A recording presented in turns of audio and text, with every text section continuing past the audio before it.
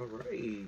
Peace. Good evening. Yours truly, Rob Diaz, your certified holistic health coach, live Monday night, May 22nd, Boynton Beach on the live stream YouTube.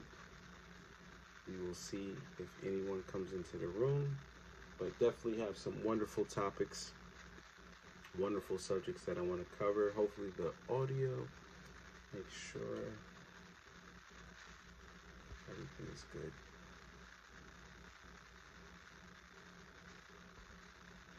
Awesome. So we'll give it some time. See if we can have some open dialogue. Nice Q&A maybe. Okay. As always, focus on the individualized approach to healing. That's really what it's about. Theoretical perspectives. I'm just looking over some studies, different articles, if you will, and we'll take a look at those for reference purposes. So, peace, peace, peace. Jordan, hope all is well. Happy Monday. Good afternoon. Good afternoon. All right, all right. Hopefully you can hear me loud and clear. Definitely appreciate you coming by. I have a couple different subjects. Hopefully we can have a nice open wellness discussion. No major specific topics, but just want to hit on some cornerstones around good health when we talk about holistic health and wellness. So definitely appreciate you coming into the live stream. Here's a nice little let's see what this one is. And I have to pull up, I have a program I use, which is actually like a decoding repository to actually look at some of the articles, well, the studies that I don't have memberships to, because, you know, a lot of these different research papers are going to be in some type of database, and it's typically not going to be accessible that easy. It's going to require you be having a membership to something associated with that database, or having some type of additional proof for need. So there's a program that I use. Sometimes it works, sometimes it doesn't, but that helps obtain a lot of the information. And I do have access to quite a few databases that require having special accounts for the purpose of research, of course, but now I'm still looking to gain more access. So there is a study here from, looks like, Science Health Journal. We'll check it out. Abstract: purpose of the investigation was to identify the fundamental theory of holism and holistic health. Okay. Two objectives of the study were, one, to review selected Western 20th century writings, okay, during the time period from 1925 to 1979, which reflected the concepts of holistic thought, and two, to synthesize the basic principles of holistic thought from the literature. 4 principles of holism and 12 components, okay, of holistic health were identified from a variety of fields of study. These 16 concepts represent the key ideas of holistic health thought. An overview of holism and holistic health was presented throughout, followed by a discussion and each concept of holistic thought. The relationship of these concepts to health education was also briefly explored. So that looks like a good material to go over and review. And this is, how I do a lot of my research, just one aspect of it. There was a professor I had that mentioned, okay, yeah, awesome. Give thanks. I love my Jamaican brethren and family. A big, let's just say, fond of many Jamaican traditions, if you will. I spent some time on the island 23 years ago. I lived there for 3 months, deep in the countryside. While gone. So give thanks each and every day.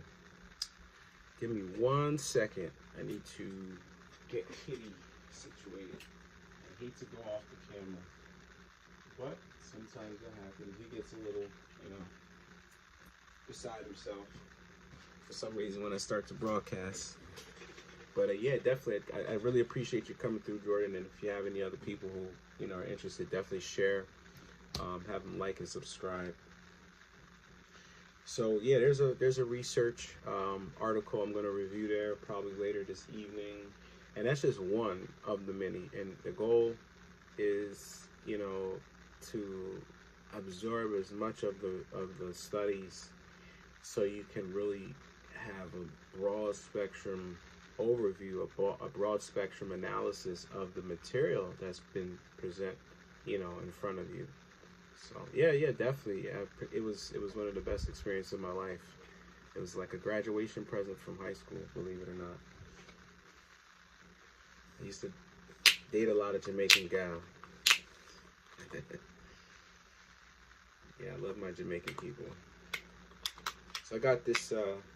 I'll let you see. It's cactus water, and I think in Jamaica they call it tuna, prickly pear cactus. Hopefully I don't get, hit by YouTube, but I figure I'd give it a shot.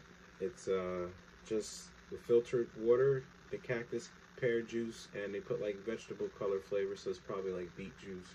But the cool thing that I liked about it was that it's non-GMO, and it's also no sugars added. It's got like 4 grams of carbs, which is mostly fiber, but it's not in there. It's extracted out, so that's a good thing. So I was like, hey, let me try it out. Good source of hydration.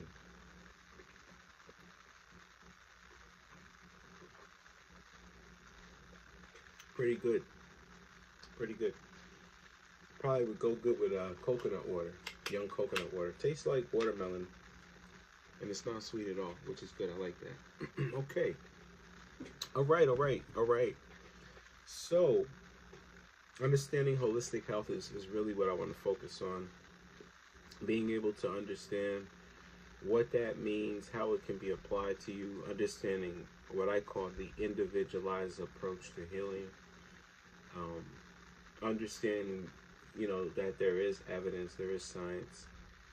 There is a lot of confusion. There is a lot of confusion, and I vow to help refocus and align people so that confusion is eradicated based on facts. And that's really what I try to focus on.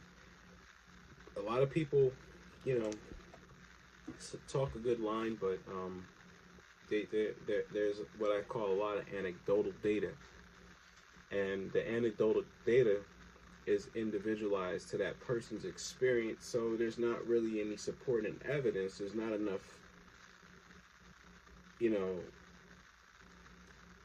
convincing effort or proof to say, hey, look, this is something worth trying or looking into, because you do not want to be playing around with your health, right? I think as we get older, we become more wise, or at least that's the objective, right? That's the goal, is that the wisdom increases, and as the wisdom increases, we are able to make a lot better calculated decisions with more positive and experienced influence, if that makes sense.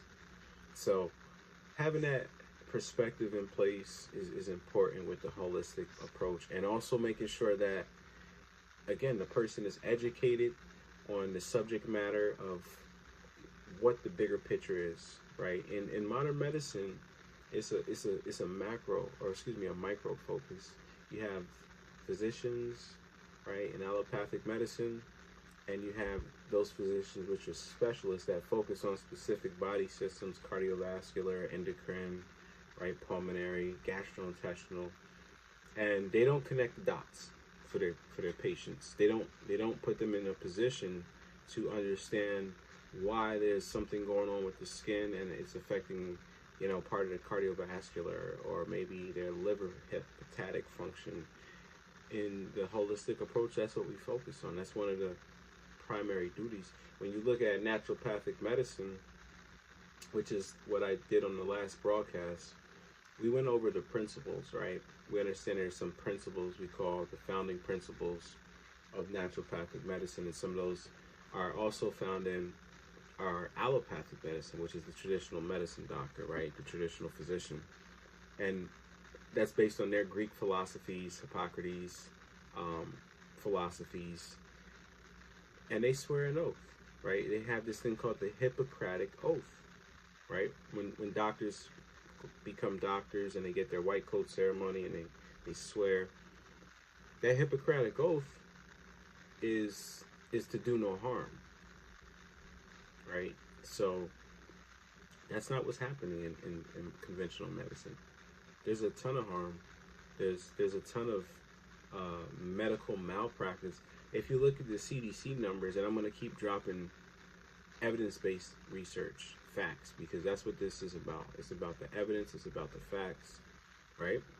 Oh yeah, definitely a lot of misinformation going around, and that's unfortunately what a good majority of people who need help are attracted to, right? A good majority of people are attracted to that, and it's just because it's human nature. But there also comes a time with that wisdom that kicks in, and we realize, hey, look, this is what really I need to focus on. A lot of people will avoid when they have some physical disharmony in their body, focusing on this, the mind. And I talk about that so much because the mind state, the mindset, the mind space is critical. It's critical for healing. You know, even for myself as a health coach, as a herbalist, you know, member of the community, father, that mental health is so important, right? Isn't this mental health month, May? I think it shouldn't be months for these things. I think we should focus on these things mindfully, continuously, right? As it affects us individually when we begin to identify what those disharmonies are. But understanding, you know, the health promoting lifestyle. I have some reference books here I'm just looking through. Here's a reference here. This is on the Maslow's hierarchy of needs. So Maslow, you know, one of the great philosophers, developed this pyramid, and it's set at the bottom where we understand the pyramid. The base is the biggest, and the top, the apex, is the smallest. So we have less options, or we have, you know, very little wiggle room when it comes to realization of things. And he covers things like our base physiological needs, right at the bottom of the pyramid: food, drink, oxygen. These are the foundations of what define life. So this always has to be addressed. Additionally, if you look at the very opposite end of the spectrum, okay, the top of the apex, self-actualization, realizing your full potential, becoming everything one is capable of becoming. And that happens over time, right? That happens over time. So there's many steps. There's 1, 2, 3, 4, 5, 6, 7 step process in Maslow's hierarchy of needs. Psychological needs, right? That's our food, clothing, shelter, I just said. Safety needs, protection. As physical, that's protection from the elements, okay? Love and belongingness, family, affection, relationships, esteem needs. And as we go up each category, it's less and less of that we need, okay? Cognitive needs, understanding, curiosity, exploration. Aesthetic needs, that's beauty, how we define ourselves. Image, art, balance, and self-actualization. Remembering, realizing, becoming everything one is capable of becoming. Becoming everything one is capable of becoming. So that's important. That's so important. Maslow developed a 5-step pyramid of human needs in which personality development progresses from one step to the next. The needs at the lower level must be satisfied before the next level can be achieved. At the base of this, again, just to remind you, is the psychological needs and safety and love. Okay, so we have a desire for specific needs to be met. And this is in the conscious mind space. Okay? When needs are met, the individual moves toward well-being. So when I have people who say, hey, Rob, you know, I want to work with you, and I ask them, are they really ready to do the work? You know, what is it? Especially when we're dealing with some really, really bad conditions, some chronic health conditions. Okay? these needs have to be met in order to facilitate that hierarchy and the healing process that I talk so much about. And that's innate. Our body has that designed automatically inside of us. Our body has the capacity to heal, which is a lot different from curing. And if you look at the last live stream, I went over the differences between healing and curing. But those words are often used interchangeably, and they do have different meanings, especially when you look at it from the alternative medicine perspective. Me as an herbalist, and focusing on opposite laws and holism, focus on that very much. This is really good. I used to get, not to get off subject, the actual prickly pear fruits. There was a market not too far from where I live where you could find those. And I would take them and cut them up and juice them and put it with beets. And just really amazing. Cooling, very nice. Red pigments are antioxidants.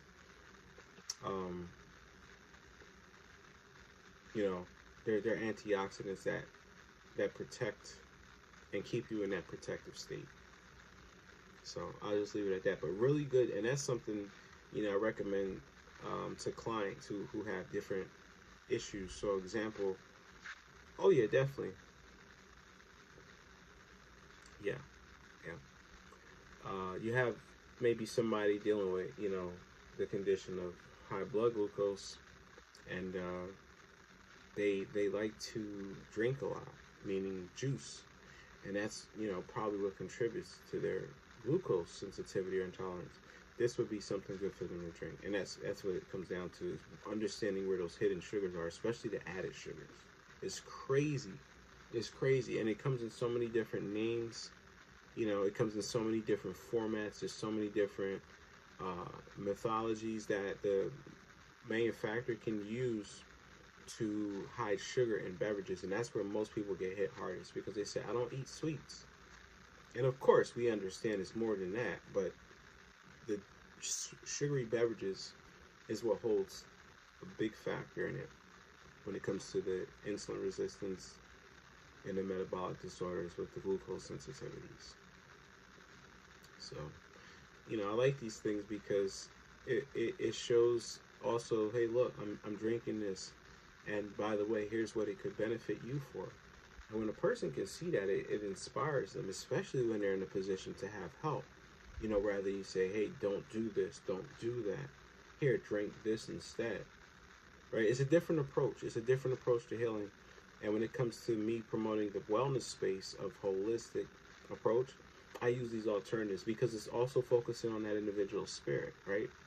Body, mind, spirit. So it taps into really getting them to say, hey, you know what? I physically feel I want to do this. My spirit is tuned in the line. I am motivated because I'm still getting to do something that I was already accustomed to doing, like drinking, whatever it is. And the mind is ready to achieve and progress. It's no different than when you cut yourself and you say, wow, that's pretty bad cut. But you're not in too much pain and crying. And you look and you analyze, and consciously you're sending signaling to your body to heal, because you don't want to see yourself injured. And what happens after a few weeks, right? You get a scab, there's a healing process that occurs. An inflammatory phase, it's all out of order I'm saying it, but the fact of the matter is we have this natural innate ability to heal. And we have to facilitate that through the lifestyle, through the principles of hierarchy of needs, through the naturopathic order, like do no harm, doctors as teachers, treat the body as a whole, identify the root cause. All these variables help really get the results. And with me practicing the holistic approach of medicine as consulting in wellness in the last 3 years, that's what I've witnessed where people get the best results, when they can adhere to the whole approach. A lot of people say, hey, Rob, look, I want to get this herb. I want this herb. And I'm like, okay, I'm not really a herbal distributor. Okay? But let's see what's going on. Let's take. Do you really want to work? That's why I said I really take an individualized approach to help people get the results that they want, right? And there's a ton of evidence to support it. I have a few of my own case studies to also influence and support for the purpose of good decision making.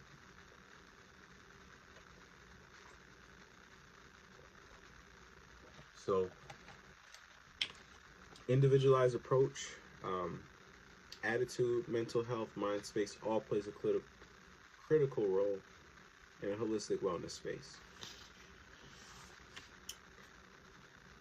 Okay, awesome, awesome. Positive mental attitude, positive mental attitude. That was something I used when I was, in the military, going through training, and that contributed to getting through some of those hard moments.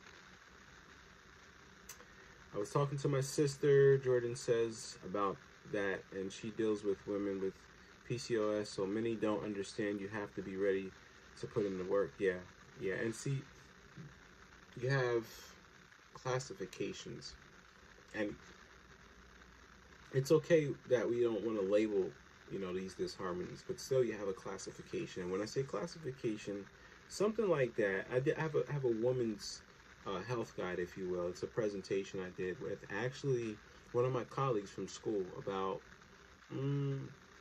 almost 3 years ago. Almost 3 years ago, from they're from Jamaica, really really good friends of mine, and I did a presentation on women's reproductive health and disorders, and how we can, evaluate using different modalities and alternative wellness to support these chronic disharmonies. In this case, PCOS, polycystic ovary syndrome, which technically is not a disease, but it is categorized as a chronic disease. When they use the word syndrome, it's a condition that comes and goes, and it's based on the amount of time. Now, generally, when you have a disharmony, or a disease over a certain period of time, usually over 3 to 6 months, it's labeled as chronic. And then anything under that is typically acute, small, infractions, things that aren't life-threatening. But something like that is typically considered chronic, and there's no intent to allow the body to heal. There's endocrinologists, you have different gynecologists, and they work in different spectrums, but no one is ever connecting the dots. So these women are constantly going through circles. They're getting these tests done. It's an endless cycle.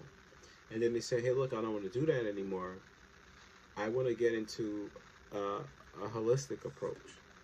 And they're really just putting themselves in the mindset to say, I just want to replace using pharmaceuticals with herbs. And that's not going to work. I'll be the first one to say that's not going to work. Because there's no whole approach. There was no true assessment. There's no identification of the root cause. What is the real cause of the problem? Is it due to obesity?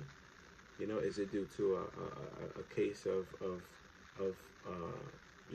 some pregnancies that contributed to the hormone changes in the woman's body that she goes through after giving birth? Is there some type of genetic influence? There's a few variables to take into consideration for that. See, PCOS is something that happens over time. And I have an acronym. Puberty, childhood occurring systemically. And puberty changes over time.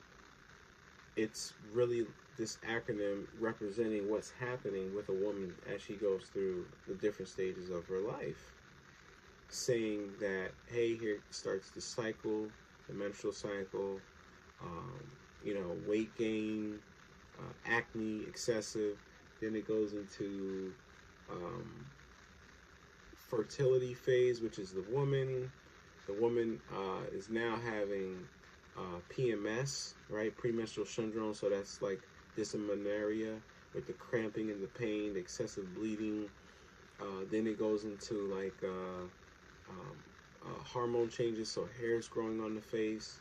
And no one's connecting the dots, right? But I've seen this. I've seen these cases in alternative medicine, and even with the modern medicine, like, yeah, we can take the labs and we can look at the hormone levels and look at what's going on with the cycles, right? Oh, today's date, such and such. What's going on with your body? What are you feeling?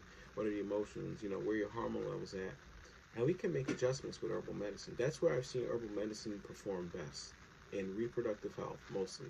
But not all herbal medicine is the same, and it comes down to having the accurate diagnosis before you can give the medicine. You know, you can't just say, oh, PCOS symptoms, use these herbs.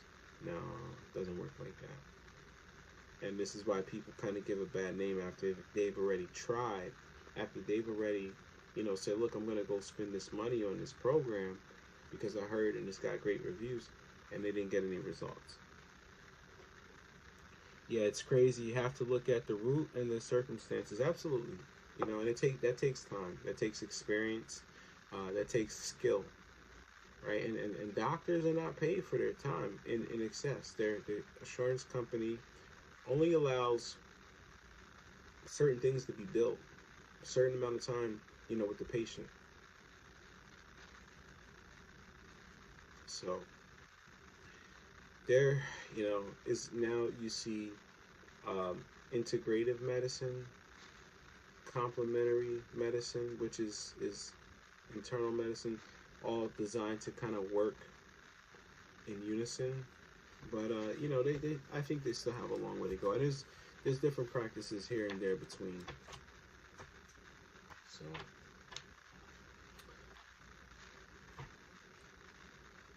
the food pyramid, that was a big scam, you know.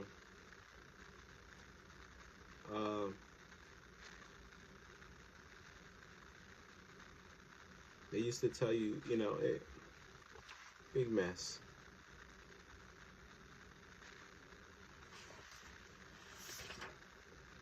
Government and nutrition, they don't go together. nothing government goes together with anything else. But yeah, that you know, the USDA, they're responsible for the work in the nutrition phase. FDA gets in there too. You have the food groups, you know, they try to group certain foods based on their calories and their macros. You know, is it a protein, is it a carb, is it a fat? And at one point, you know, the pyramid, it said, hey, it was okay to eat fats and sweets. Fat, sweets, and sugary cakes. Yeah, that's part of nutrition. Now, I'm not saying that a healthy person can't have a nice treat every now and then, but this was part of like our daily guidance. This was our daily guidance. Bread was at the bottom of the pyramid. 6 to 11 servings of grains, breads. This is how in the 90s and late 80s we went from certain diseases to more metabolic illnesses when these dietary changes started to occur. And you can see it in the numbers. The gastrointestinal health also decreased when the food quality changed, when more genetically modified fruits and vegetables became available. We started to see more incidents of, there is a correlation of gastrointestinal disorders, IBS, IBD, ulcerative colitis, you know, all these gastrointestinal disorders. And when you look at the majority of the processed foods, there's substances in there that aren't even food, right? And this is big in the fast food industry. So many variables come into play. You know, again, back with the government, you cannot take that word, what they recommended. Then they went into the ChooseMyPlate.gov or the MyHealthyPlate.gov, which, you know, it's a little better. In this case, they use the plate and portion it off, you know, grains, fruits, vegetables, protein. But it doesn't help. It doesn't actually solve the problem either. So we'll have to continue to use that individualized approach. It should never, you know, it should never be a cookie cutter approach. You should never eat a cookie cutter approach. Now, here's something I want to share. Okay, and this is from the naturopathic medicine guide, like the ninth edition. I always have this book I'm referencing for the sake of naturopathic medicine. But optimal food pyramid, okay, is something they came up with, and it's just basically talking about food pyramid clearly defined in different types of stressors with food choice, vegetable oils, regular consumption, things of that nature, right? And then they say, hey, look, here, take this, listen to this, optimal health food diet on the following 9 principles. So these are some good principles. The research, about the whole theory, fine, that's cool. But listen to these principles because these variables hold so true in many aspects of dietary health.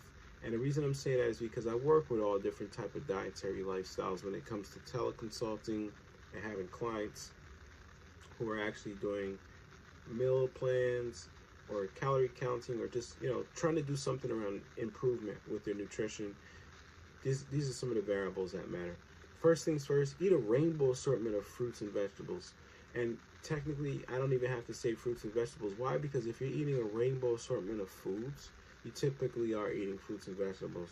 The colors and the pigments you're not going to find in anywhere else unless it's artificially made. So that's the first variable to take into consideration, okay?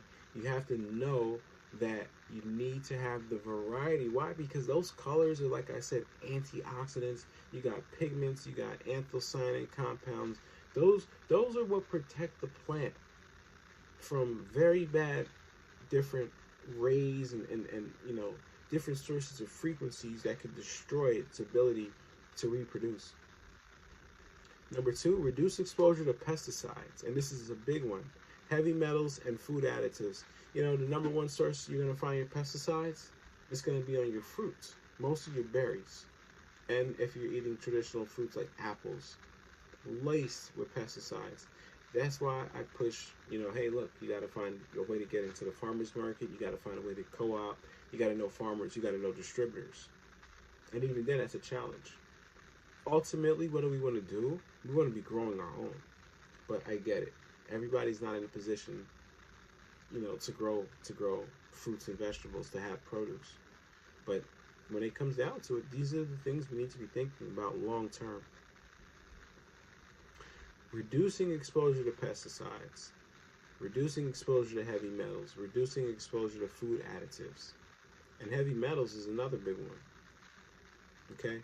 A lot of times this can come from supplements we're taking. It can be in products that we're using.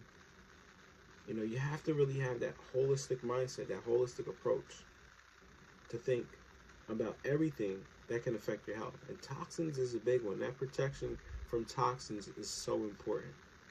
Even if your neighbor is spraying weed killer, you got to get them to stop that. That's those substances, those chemicals are forever chemicals, even though you're like, oh, well, it's going to go away when it rains. No, it does not. Those are salt acids that stick to fat molecules, so they're hydrophobic, and in layman's terms, that means they're not attracted to water. They repel water. They pull away from water. So you can't wash that stuff off, and it carries a fine mist when the wind is blowing. Not good. Not good at all. So think about that. Food additives, if you can't pronounce those ingredients, forget about it. If you know there's all these hydrogenated oils and fillers, get rid of it. That's one of the most primal sources or triggers for inflammation. Gastrointestinal discomfort. Right? And it even plays with the blood sugar. Look at the next one. Eat to support blood sugar control. What does that mean? More small frequent meals. Right? So we're used to these 3 in a day. That's what's got people's blood insulin screwed up, spiking, falling. More small meals. And I can put this technique into many variables, whether it's traditional lifestyle, stay-at-home lifestyle, athletic lifestyle, the small meals. So maybe every 2.5 hours, every 3 meals, or every 3 hours, there's a meal. But most people don't understand what a meal is. This is why you have to work with qualified and trusted professionals. It's very important, right? So the meals ultimately are going to have your essential macros: protein, carbohydrate, fat. and it's going to have adequate fiber.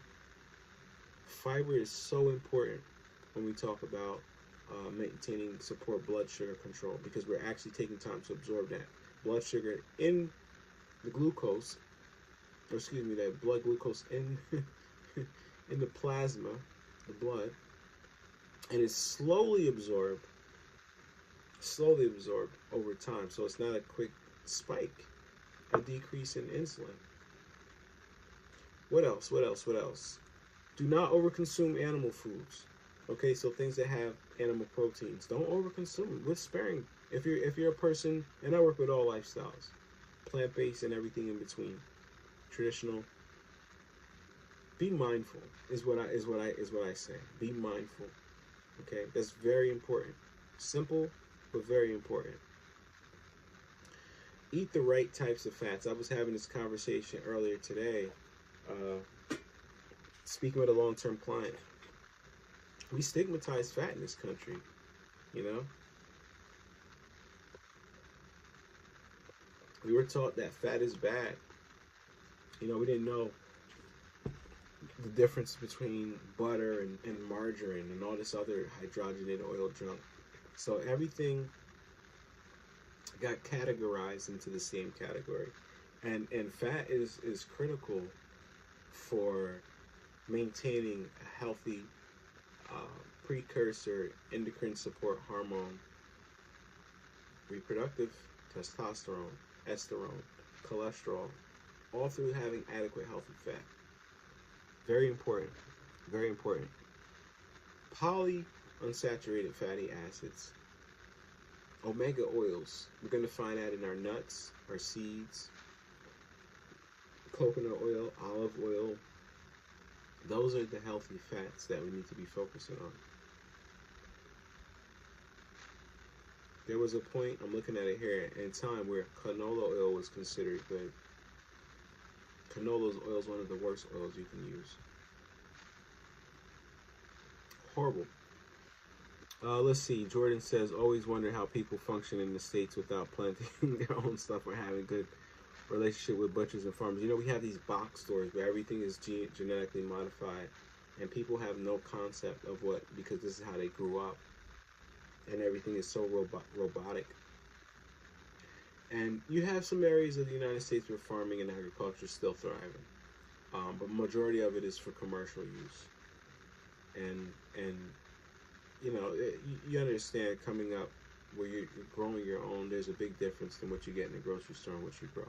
You know, that tomato that you get out of your yard, having that wonderful aroma, the pungency, the taste quality, the texture might not be perfect, the look might not be perfect, but that's what people want here in the States. They want to have perfect looking tomatoes that taste like water.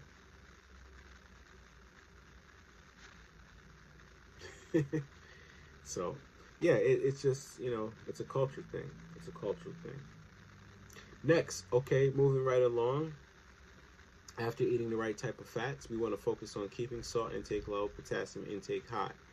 And this is a tricky one because most people don't know what salt is. Table salt, iodized salt. This is what we're talking about. We're not talking about sodium chloride or rich mineral salt or sea salt with rich sodium chloride and calcium chloride.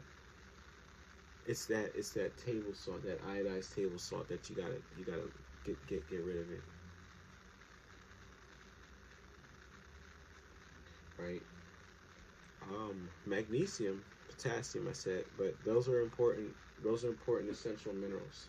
You know, and if you have to supplement them, then it's typically recommended. I take the magnesium salt, magnesium chloride, and water, and that helps with calming me. It's very, very effective.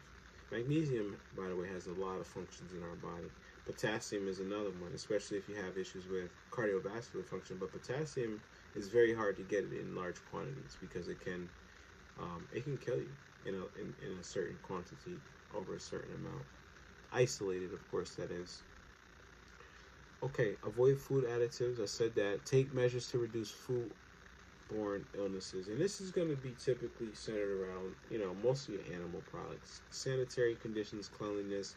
If you're plant-based, you should, and I'm going to correct myself, says you should never have to worry about foodborne illnesses, like bacteria and listeria outbreaks and, swine flu and things like that. But unfortunately, you do if you do consume plants, because guess what? They recalled the lettuce, right? They get the romaine lettuce recalled because, oh, it had this outbreak. The lettuce didn't have the outbreak.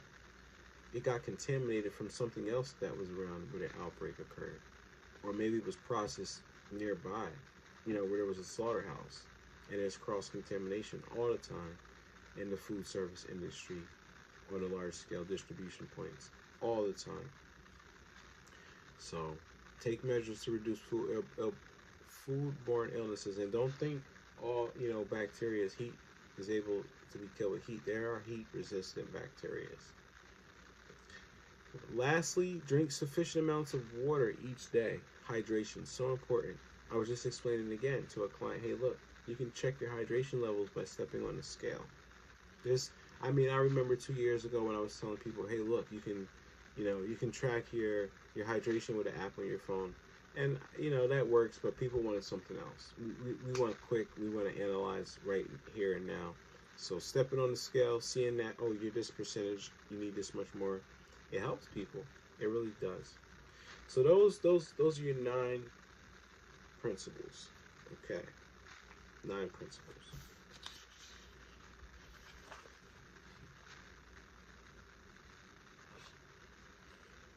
Okay. We can go through quite a few different things. Let's see, we've been live now 41 minutes.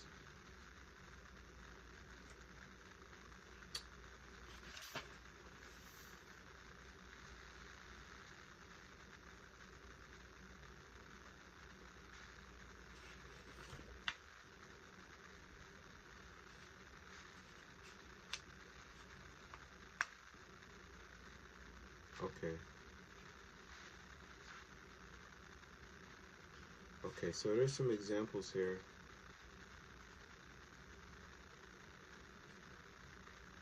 Here's some statistics. We can do this. Hopefully it's not too boring. But this is important. These understanding these concepts to take in your mind. Children who eat 12 hot dogs per month have nearly 10 times the risk of leukemia compared to children who do not eat hot dogs. Here's another one. Children who eat hot dogs once a week, children eating hot dogs once a week, double their chances of brain tumors. Okay? Eating hot dogs twice a week triples the risk. Once a week, double. Now, I don't know what the rate is for brain tumor in children, but whatever that rate is, multiplied times 2 if your child eats a hot dog just once a week, one time in a week. Pregnant women who eat 2 servings per day of any cured meat, okay, so that would be like your deli meats, right? Okay. They develop the risk of bearing children who will eventually develop brain cancer. Wow.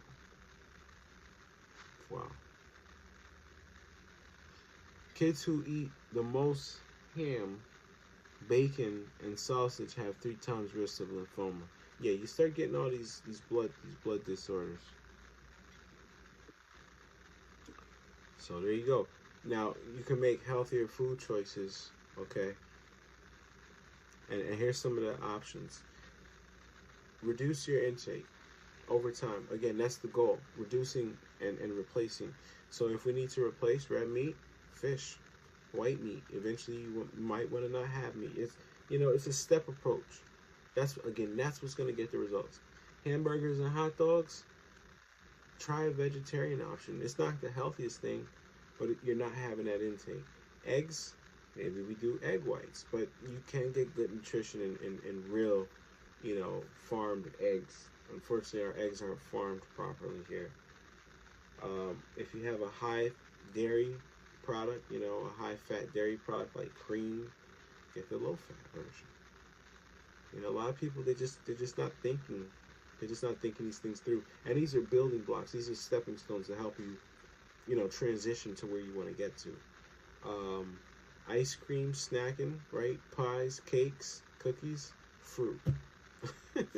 It's that simple. Fruit. You know, that's your replacement for those type of snacks. Get rid of the cookies, get rid of the pies, and get the fruit. You know, salt and sweet, salty foods. You craving that? Low sodium foods, and sometimes that's mineral deficiencies. I've seen that a lot. Usually, there's mineral deficiencies with certain cravings, and a lot of times you're gonna see those deficiencies based in compounding disharmonies, which will be exacerbated by poor nutrition. So they don't have adequate intake of the essentials. The essentials are gone. It could be like that for years, and that would be a chronic condition. Not having the potassium sodium balance, the electrolyte mineral, that's going to also be a person who's chronically dehydrated. Not having the potassium magnesium balance, the chloride, and in some cases for some people having a very, very small amount of zinc, and it can be in a few different forms. But so important to understand those essentials, and not in isolated form, in a whole form. Typically this is going to be in a bioavailable set. Bioavailability is going to be in the food. Primarily you're going to want to look at liquid structures. Liquid structures are going to be hydrating beverages that you actually have those electrolytes. And this is why I said earlier, okay, about the cactus water, that this was a good base, and that would be a really good base to create some type of electrolytic beverage. You know, instead of buying a Gatorade, right, and spending all that money on sugar, because you got good things in there, but then they mess it up and add like this oil and sugar, which should not be in there, but those are stabilizers, and you're just wasting money, and you're hurting yourself. Convenience, again, I get it, but that's what it comes down to, you know, making sure you have those essentials. The minerals is a big one. You know, we could do a whole series on that, and that gets off into other things, and people thinking, hey, look, you know, I don't need vitamin, and people really hurt themselves. You know, you really get in trouble. I've had those clients. Absolutely, yeah, absolutely. Coconut water, you know. Pedialyte is good, but it's not good for everybody because of the sugar. And you know, that's what you have to watch. Not everybody, you know, a lot of people who are looking for these alternatives already, they were sick and they put themselves in a worse position. Because I'm going over their labs. We're looking at case history, and they are getting worse. They went and did this, you know, change in their diet, following somebody, you know, wrongfully or just, you know, ignorantly, and their conditions got worse. You know, especially when you look at the women. The first thing you see is the iron deficiency. You know, they went through a whole dietary change. Their calorie level goal was not being met. And you have this big imbalance because now they're saying, well, I'm just going to fast. I'm going to fast, no calories. Big change in lifestyle, and complete failure. It goes down. You see the labs way down. Big imbalance with the hemoglobin. Sometimes you get the hemoglobin profile that changes. Leukocytes, erythrocytes, all the plasma count gets wild. And this is where the iron deficiency sets in. Sometimes you may even have to put the person into a position to get additional testing. So that's when, again, now in the conventional medicine, they're going to separate. You're going to get sent out for a type of composite, right? Oh, you need to have this specialized test. This is going to be a specialized panel. And a lot of people think, okay, Rob, I've got that test. No, you haven't. You have not got that test. These are going to be ordered through the specialist. A lot of people don't even understand, you know, what are all the different variables that are on their traditional comp panel or metabolic panel, right? Yeah, absolutely, Jordan. And iron is again because you've removed the component of where you were getting it from, and you did not replace. Here's the home run. This is important to understand. there was some change made, okay, that was not replaced, and it was essential, meaning that your body cannot make it and it cannot live without it. That's one of the complexities of us as humans. You have the capacity to have requirements for essential things here in this earth that your body doesn't even make, that other living organisms manufacture for themselves. Big one is ascorbic acid, aka vitamin C. So many people downplay it, but it's critical for so many metabolic processes in your body. You know, you brush your teeth, your gums start bleeding. That's the first sign of a vitamin C deficiency. I see that a lot. But again, most people are clueless. You know, they're using the pseudoscience to get their information. And then when it comes to somebody who's trying to provide them with the evidence, you know, it's like, I'm not going to do that because I can just go Google. And like I said, they put themselves in a worse position. I've had the cases. I like, those are what my case studies are based on. And I'm, as you can see, very passionate about it. But it's you know, it's important to understand that. You said it chipped out. I'm not too sure. I'm not too sure what you mean. But again, critically, you know, for the other people, oh, the audio. We lost audio? How about now? Can you hear me?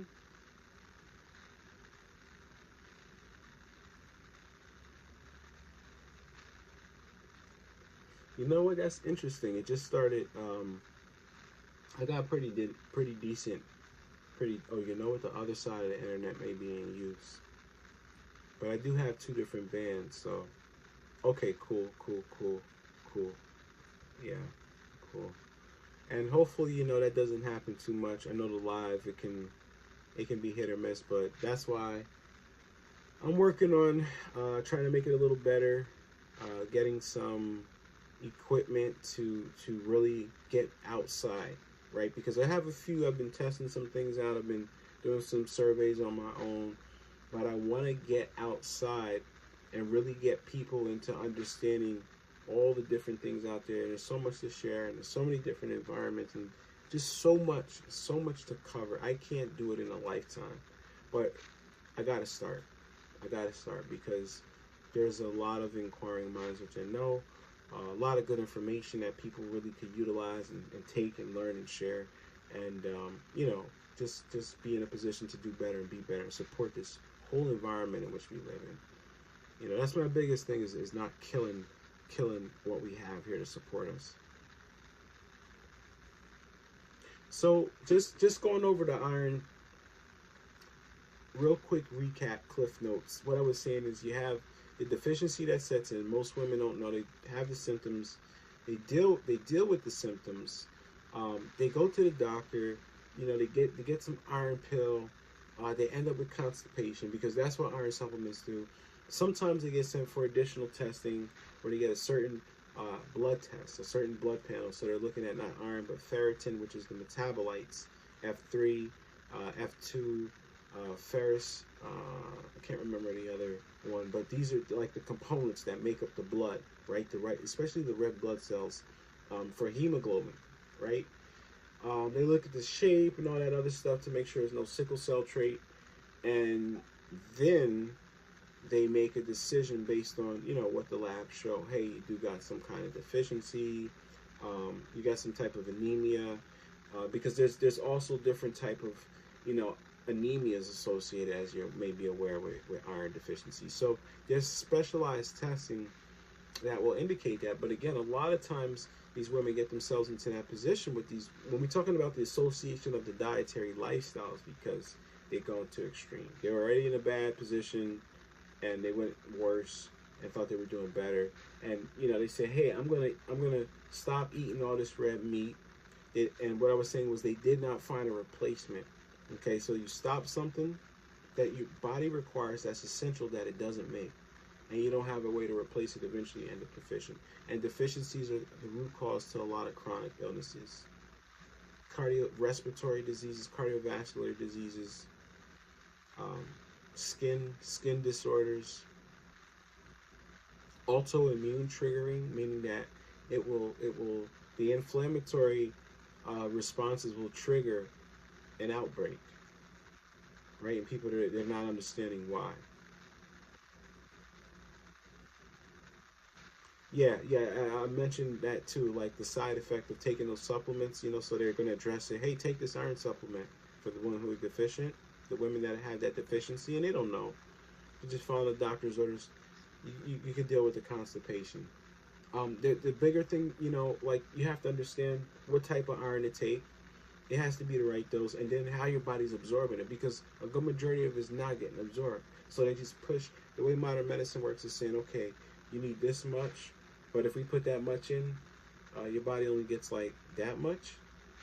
Okay, so give them this much, and that's why that happens.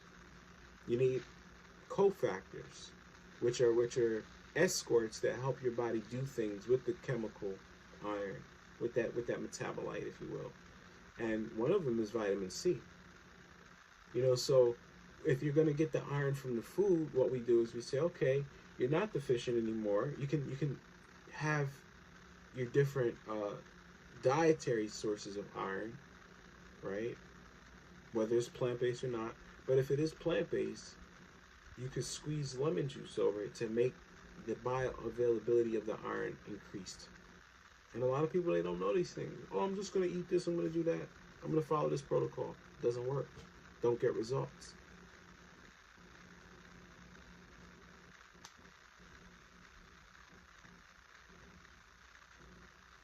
Yeah, absolutely. Absolutely. As long as it's not, like a Pershingase anemia, which is related to genetic disorder and sickle cell trait, you can restore the iron levels. And it's going to come with mostly having a ferritin supplement, which can be found in different settings, if you will. And you're going to need to do some other things like increase the vitamin C. You're going to need to do some reduction of certain medications that can thin the blood. If you're taking blood thinners, all of these variables come into play. There's a few things there. There's a few things, but yes, it can be. It can be done. It can be done without pharmaceutical drugs. And it's about, sustainability. It's about sustaining the ability to maintain these stores. That's so important. Maintaining the stores.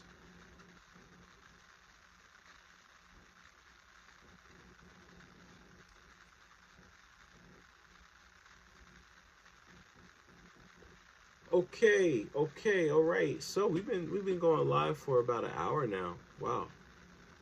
It doesn't feel like I covered that much, but you guys may know I really get into it, and I can really hit home runs and get into the thorough concept of understanding um, the concepts, the foundations. Having those building blocks. Having those building blocks. Let's see here. I have some thing we'll talk about before we get ready to wrap up, and we'll get on continuing with iron. We'll talk about anemia, and we'll look at what that is, right? And what some of the perspectives are from the naturopathic point of view, and we'll look at some clinical considerations, some therapeutic considerations, some deficiency treatment options from a naturopathic perspective. So here we go.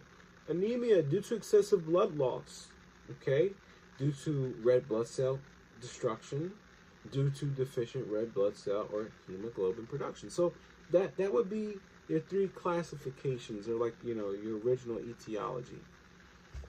Iron deficiency is iron is critical. Human life plays central role for your hemoglobin molecule, your oxygen transporter. Okay, so it's that escort. Remember, I said your body uses many different processes for escorting, for helping through the use of chemicals. Okay, iron deficiency is the most common nutrient deficiency in the United States and the most common cause of anemia. See, iron deficiency may be caused by an increased iron requirement. decreased dietary intake, diminished iron absorption or utilization, blood loss, or combination of factors. Now, why do women suffer more than men with iron loss? Why would a woman be more susceptible? Okay.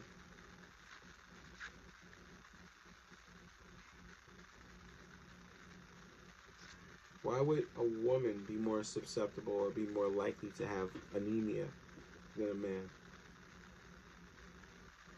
You know why? Because a woman, exactly right, they have a reproductive cycle. That cycle, when they're in the menstrual phase, their body discharges menstrual tissues and cells that are blood containing hemoglobin.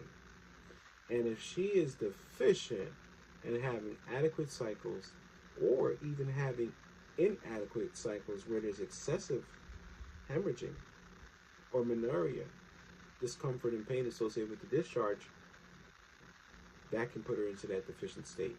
Just like I mentioned with some of the other conditions mentioned here.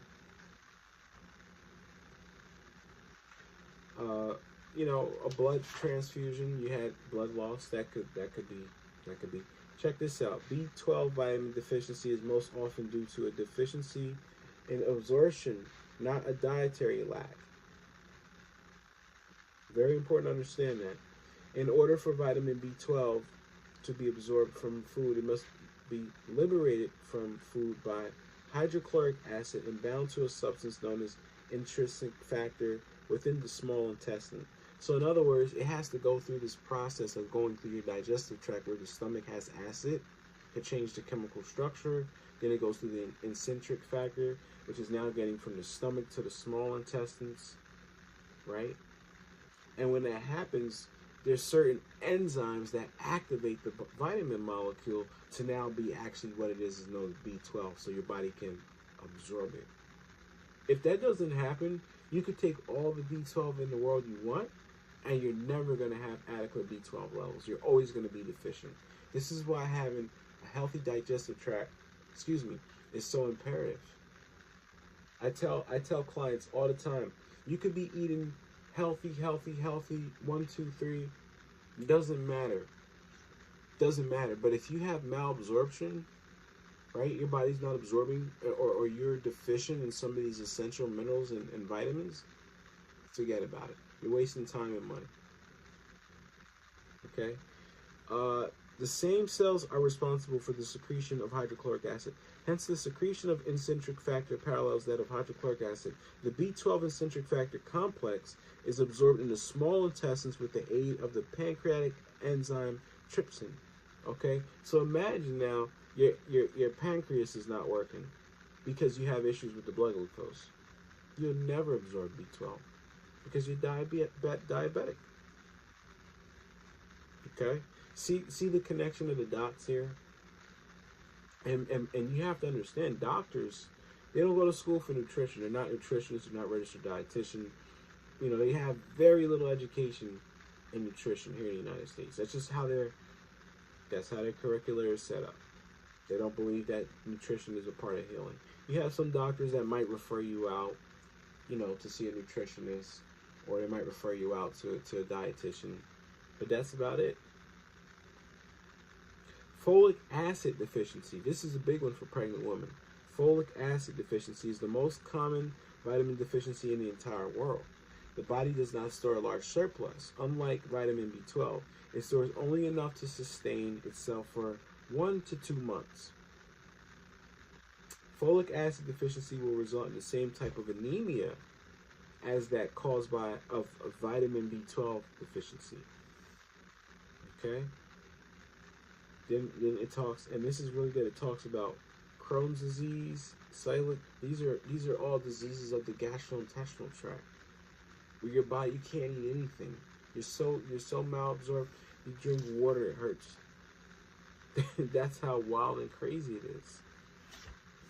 Meanwhile, you're taking all this iron, not doing anything but causing more problems, exacerbating, right? Creating more problems from problems.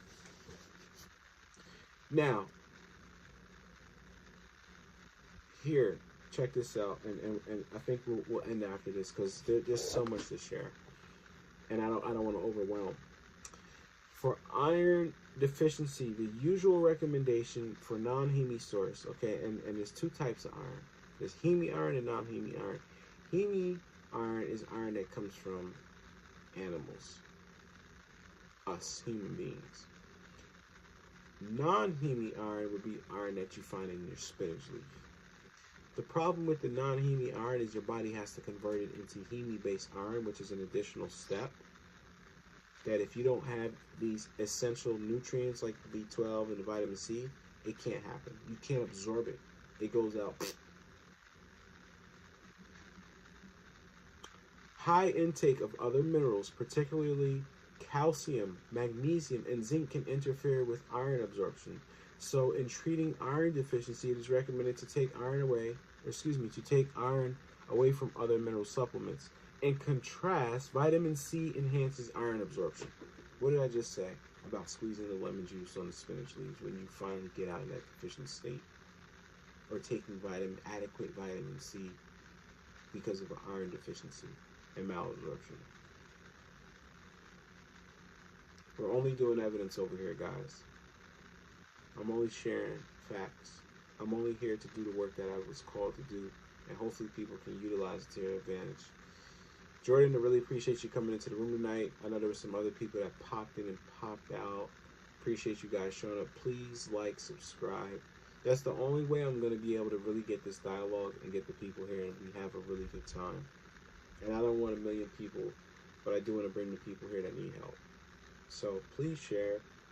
Please like. Of course, if you haven't checked out the website, check it out. I got so much content over there. A lot of good information. Doesn't cost you a thing. Become a member. Pick the free membership. Use it to your advantage. If you guys have questions, you can always reach me at the website natureroots.com. And of course, you can always shoot me a message on the website or shoot me an email. Natureroots, okay, at Gmail, or heal, the word heal, at natureroots.com. It's possible. It depends on how long the person is constipated for. If they're constipated and now they're backing up with fecal matter, then they're not absorbing anything, and it gets very uncomfortable. And now they run risk of things like hemorrhoids and anal fissures. Just too many things to go wrong when you're not focusing on the right aspects.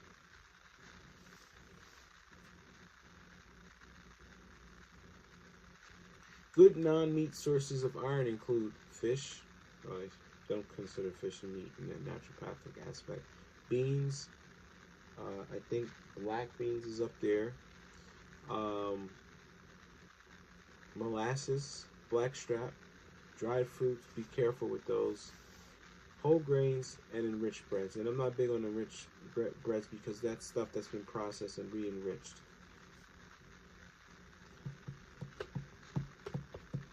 Okay, all right. So it's my pleasure again. My pleasure coming out this evening on the live stream. Appreciate those who came in and checked me out, especially you, Jordan, interacting. I really appreciate it, staying throughout the entire stream. Monday night, let's come back again. Let's do it again tomorrow night. I'll set a time, and we'll continue to go on some of these deficiencies and understanding the foundations of holistic health and wellness. So definitely appreciate it. Definitely. Yeah, I appreciate it, man. We're gonna get better. We're gonna make it something that people can really enjoy and, have a wonderful space that is beneficial and effective. So I really appreciate your time. I really appreciate your interest and interactions. Definitely thank you. And continue to manifest goodness, wellness, and holistic health. All right, peace. Good evening. We'll be back tomorrow.